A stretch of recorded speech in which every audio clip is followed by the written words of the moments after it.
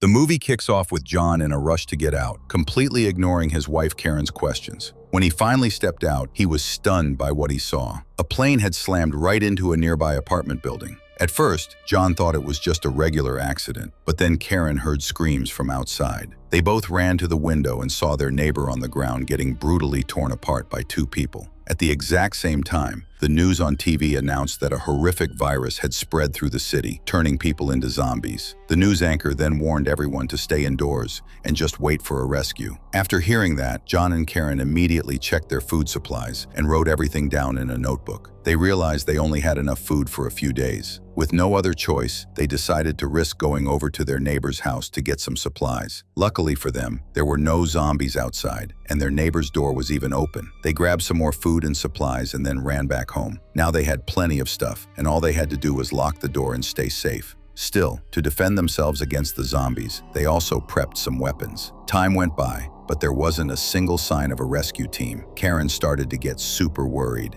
If no one comes to save us, are we going to end up as zombie food like our neighbors? Or are we just going to turn into zombies ourselves? All kinds of questions like that were running through her mind. But John told her there was nothing to be scared of and that everything was going to be all right. At least they were still alive and safer than a lot of other people. Hearing John's words, Karen slowly calmed down. To kill time, they started exercising together. But that evening, after they finished up, they heard footsteps outside the door. They foolishly thought it was the rescue team and opened the door without a second thought. But as soon as the door swung open, a zombie tried to force its way in. They used all their strength to stop the zombie from getting in. This was their first up-close and personal encounter with a zombie, so they were so rattled they had to smoke a few cigarettes to calm their nerves. Then they opened the door again and saw that the zombie was gone. John quickly made a trap by putting some broken ceramics on the door to fend off the zombies. Now they could get back to their workout in peace. A few days later, their life was disturbed again by a knock on the door. But this time, they were on high alert. They hid their weapons and carefully opened the door.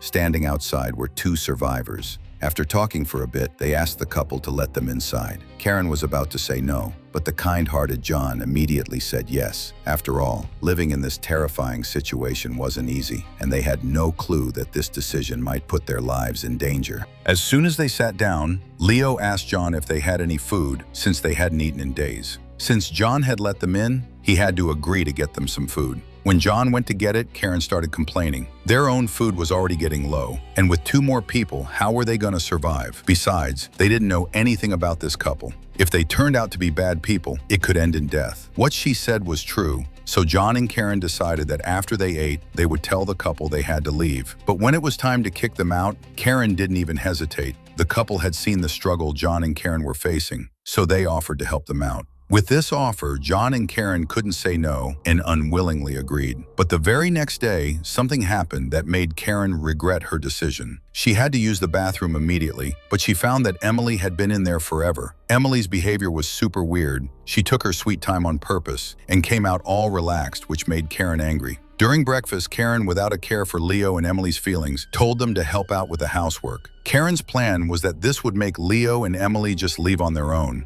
But unexpectedly, Leo and Emily had a dangerous plan. They decided they would kill John and Karen at night and take over the house. That night, when Leo and Emily saw John and Karen sleeping on the sofa, they decided to get it over with. But Karen woke up because she had already heard their plan. With their plan busted, Emily awkwardly grabbed a book and said that she wanted to cook something special today. But Karen understood everything. She said, "Ma'am, you're our guest, so please sit down and relax." Then she called her husband to the kitchen and told him what she had heard. John couldn't believe it and said they should wait and see what happens. But Karen didn't want to wait. She wanted to strike first. In the meantime, Leo and Emily realized that the whole situation was shady, not just a little part of it, so they started getting ready for a fight. Then they saw Karen coming with a dessert she had just made. Emily was a little nervous. She was scared there might be something in the dessert, but Leo grabbed a piece and put it in his mouth. Seeing her husband enjoy it so much, the hungry Emily couldn't stop herself from eating either. But they had no idea that Karen had actually put something in the dessert. Soon, Leo and Emily started having trouble breathing and passed out. Karen thought they had just passed out, but they were actually dead. Their intention wasn't to kill anyone, but now they were murderers. They had to get the bodies out of there and hide them somewhere. But when John came back to the living room, he saw that Leo had come back to life, but he wasn't the same as before. Because of this, Karen grabbed the gun and pulled the trigger. But in the very next moment, Emily also slowly started to get up. John immediately figured out that they were both infected with the virus and would mutate after they died. So without wasting any time, they quickly decided to throw both bodies outside. The situation was now way more serious than they could have ever imagined, and maybe there wasn't a rescue team at all. John and Karen felt completely hopeless. Instead of living in constant fear, they decided to live the rest of their days to the fullest. They started spending time with each other in this post-apocalyptic world and decided to live every day like it was their last. If you dig this kind of content and want to see more from our new channel, a quick like and subscribe would mean the world to me and really help us grow. Let's get back to the story. But that evening, when they were drinking and about to play a huge game, there was another knock on the door, and a man outside said he was from the rescue team. Karen was so happy and went to open the door, but it turned out to be a nightmare for them. There was a gang outside the door who quickly overpowered John and Karen. The gang members held a knife to John's throat and demanded all their valuables and food, or they would hurt Karen.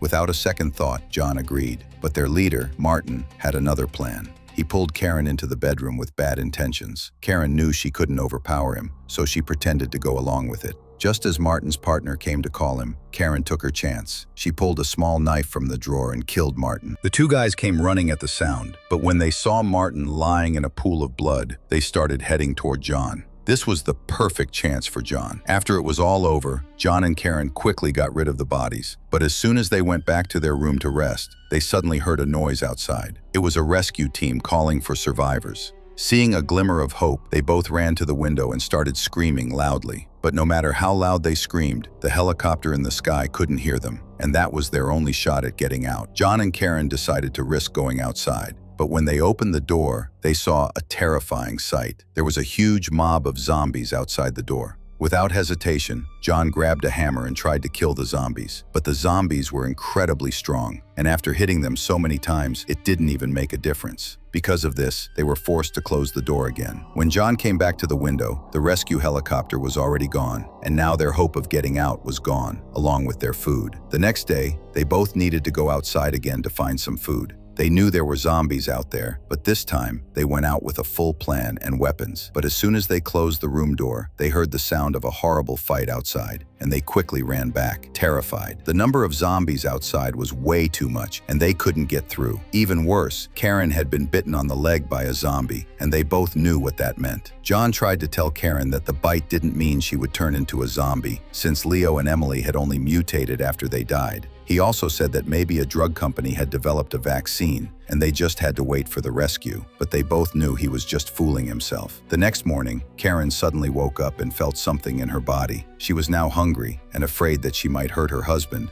Karen decided to leave without saying goodbye, but John tried to stop her. John cut the palm of his hand and gave his blood to Karen to drink to ease her hunger. Karen initially said no, but the animal inside her forced her to. This method helped with Karen's hunger, but it wasn't a real solution. Karen knew that her destiny was to become a zombie, and she didn't want to hurt her husband anymore. But John held on to a ray of hope, and he wasn't about to give up either. They kept waiting for a rescue, dreaming of a beautiful future. John looked at Karen with so much love and told her that the rescue team would knock on their door soon, and they would be saved, and Karen would get the vaccine, and they would live a happy life. As John spoke, his eyes filled with tears. We know dreams are always beautiful, but reality is always a letdown. In the end, Karen decided to leave John and left a letter in the bathroom. Seeing it, John immediately understood what had happened. He frantically opened the bedroom door, and he lifted the plastic sheet and saw that Karen had already turned into a zombie. But she had tied herself up so that she couldn't hurt her husband.